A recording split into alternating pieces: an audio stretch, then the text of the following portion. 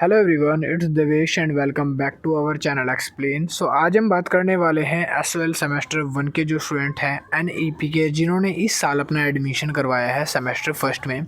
तो उनके आज से जो है इंटरनल असेसमेंट स्टार्ट हो गए हैं। तो अब देखो, इंटरनल असेसमेंट को लेकर आज मैं छोटी मोटी थोड़ी बहुत आपको बातें शेयर करने वाला हूँ। जैसे कि सबसे फर्स्ट चीज़ हम शेयर करेंगे कि पासिंग क्राइटेरिया क्या है। सेकंड, हम मेन चीज़ डिस्कस करेंगे कि जो एग्ज़ाम पोर्टल है वो कब रहेगा बेस्ट ओपन, जिसमें हम अपने आंसर वगैरह कर सकते हैं।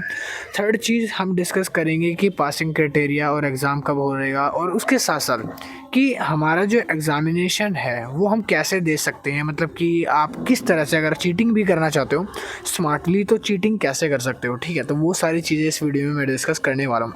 आई हो कि चीटिंग के बारे में मेरे को नहीं बताना चाहिए, बट मैं थोड़ी बहुत आपको टिप्स बता दूंगा एक एजुकेशन पर्पज़ से, कि अगर आपको आंसर वगैरह फाइंड करने हैं तो आप वो कैसे फाइंड कर सकते हो। ठीक है, तो आइए स्टार्ट करते हैं वीडियो को। तो सबसे पहले ये वो प्रज्ञान का ऑप्शन पोर्टल है, जहाँ पर आपको एसएलएम का मतलब कि एसएमएस आया होगा। एसएमएस के अंदर आपको इसी साइट का लिंक देगा। जैसे आप इस साइट पे आओगे, सबसे पहले तो फर्स्ट ऑफ ऑल आपको लॉगिन कर लेना है। तो लॉगिन जैसे आप करोगे यहाँ पर, तो लॉगिन के लिए आपको दो चीज़ें बोलेगा। सबसे फर्स्ट ऑफ ऑल आपका यूज़र नेम डालना है आपको, ठीक है। उसके बाद आपको डालना है अपना पासवर्ड, जो कि उसमें दिया होगा। फिर वहाँ से आप अपना पासवर्ड वगैरह डाल के लॉगिन कर लोगे। तो जब आप लॉगिन कर लोगे, उसके बाद आपको क्या करना है, आपका पोर्टल लॉगिन हो जाने के बाद अब आपको ये करना है कि आपके आगे ना 35 क्वेश्चंस आएंगे, जो कि मॉक टेस्ट के रूप में आते हैं। ठीक है, तो टोटल क्वेश्चन जो होंगे वो 35 आएंगे। 35 में से कोई नेगेटिव वगैरह की मार्किंग नहीं होगी इसमें, ये अच्छी बात है।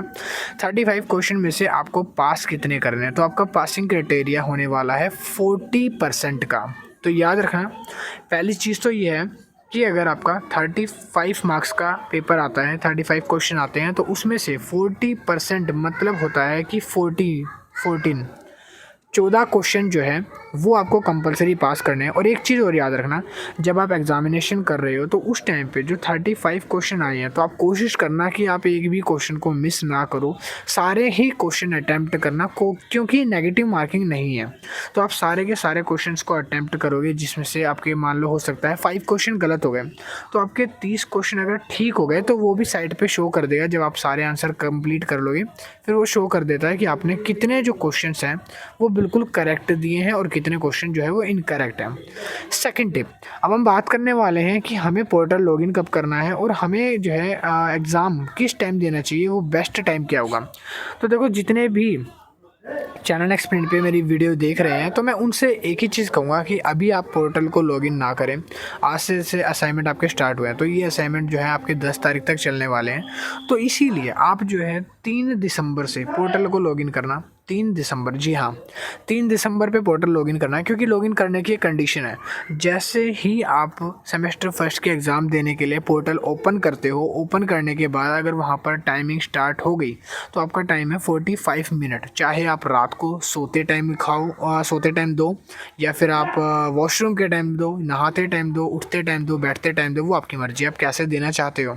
अगर आपने एक बार पोर्टल को लॉगिन करा, उस पर टाइमिंग शो होने लग गई, तो दैट मीन्स कि आपको वो 45 मिनट तक बैठकर एग्ज़ाम देना ही पड़ेगा।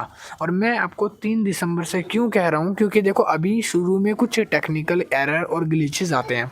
तो असाइनमेंट जब आप दोगे, हो सकता है कोई टेक्निकल प्रॉब्लम आ जाए, और इसके लिए हेल्पलाइन नंबर दिए हैं। बट अच्छी बात यह है उन हेल्पलाइन नंबरों की कि उसमें से एक भी काम नहीं करता, बिल्कुल भी काम नहीं करता। जब भी आप कॉल मिलाओगे, वो कोई ना कोई बेकार जगह लगेगा और कोई भी वर्क नहीं करता। सारे के सारे एक तरह के एरर ही हैं नंबर। तो ये बहुत अच्छी बात है, ठीक है। तो इसीलिए आप इस अच्छी बात को इग्नोर करते हुए, ऐसा मानते हुए कि कोई हेल्पलाइन या हेल्प नहीं करेगा, तो आप पोर्टल को तभी लॉगिन करना 2-3 दिन बीत जाने के बाद। तो वो ज़्यादा अच्छा रहेगा। साइट बिल्कुल हल्की चलेगी। जितना भी रश है, जो भी भीड़ है, वो स्टार्टिंग में ही आ जाएगा। साइट वगैरह डाउन होनी होगी, स्टार्टिंग में हो जाएगी, बाद में आपको कोई एरर या प्रॉब्लम नहीं आएगी, ठीक है। अब हम बात करते हैं टिप नंबर 3 की। टिप नंबर 3 ये है, टिप नंबर 2 में एक छोटी सी पॉइंट रह गया। वो ये था कि अगर मान लो आप जब भी पोर्टल लॉगिन करोगे ना, तो टाइमिंग 45 मिनट का चालू हो जाएगा, तो उसी टाइम आपको करना पड़ेगा पूरा का पूरा 45 मिनट में।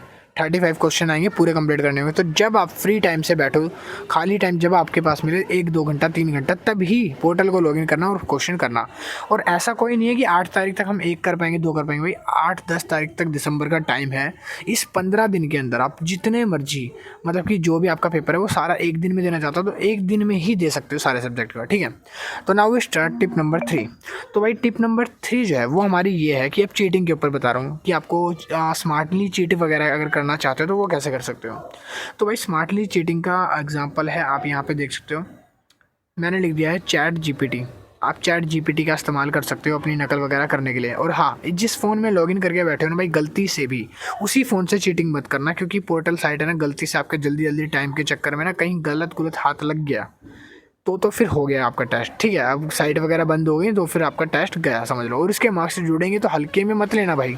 तो इसीलिए आपका कोई मामा मौसी भाई बहन का दूसरा फ़ोन है तो उस फ़ोन से लॉगिन कर लेना चैट जीपीटी में। जैसे आप 15-45 मिनट फुर्सत से बैठोगे, उसमें डायरेक्ट आप सामने सामने आंसर देख के लिख सकते हो, अपने आंसर रिप्लाई कर सकते हो। और जो बाद में आपके टोटल मार्क्स होंगे वो भी तुरंत कैलकुलेट करके बता देगी साइट कि आपने इतने करेक्ट दिए हैं, इतने इनकरेक्ट आंसर दिए हैं, ठीक है। और कोशिश करना सारे क्वेश्चन अटैम्प्ट करने की।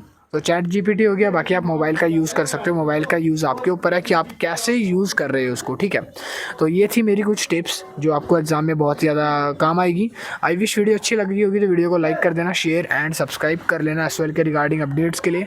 एक इंपॉर्टेंट टिप्स है कि एसओएल के नंबर जो दिए हैं हेल्पलाइन नंबर, उन पर विश्वास मत करना। बाकी दे रखें, ट्राई कर लेना, बट विश्वास मत करना कि वो काम करेंगे, ठीक है। मेरी तरफ से भाई बहुत कम काम करते हैं, नहीं के बराबर करते हैं। तो ये टिप है मेरी तरफ से। मैं मिलता हूँ नेक्स्ट वीडियो में। वीडियो लाइक कर देना, शेयर एंड सब्सक्राइब कर लो चैनल को एसओएल के रिगार्डिंग अपडेट्स के लिए, वरना आपसे अपडेट मिस हो सकती है, ठीक है। मैं मिलता हूँ, बाय।